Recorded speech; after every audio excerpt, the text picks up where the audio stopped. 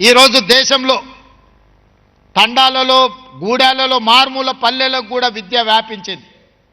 కానీ ఈనాడు పునః సమీక్షించుకొని మళ్ళీ నూతన టార్గెట్స్ మనం నిర్ణయించుకోవాల్సిన సందర్భం వచ్చింది. ఈరోజు విద్యకు సమస్య లేదు, విద్య అన్ని ప్రాంతాలకు వ్యాపించింది. కానీ నాణ్యమైన విద్య పేదలకు అందడం లేదు. విద్య ఒకనాడు లేదు, విద్య అందడమే గొప్ప విషయంగా ఆనాడు చర్చించుకున్నాం.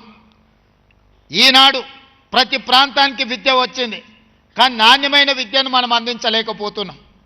26,000 ప్రభుత్వ పాఠశాలలు ఉంటే 16.5 లక్షల మంది విద్యార్థులు ప్రభుత్వ పాఠశాలల్లో చదువుకుంటున్నారు. మళ్ళీ హైలీ క్వాలిఫైడ్ టీచర్స్ ఉన్నారు ప్రభుత్వ పాఠశాలల్లో, దాదాపుగా 1,20,000 మంది టీచర్స్ ఉన్నారు.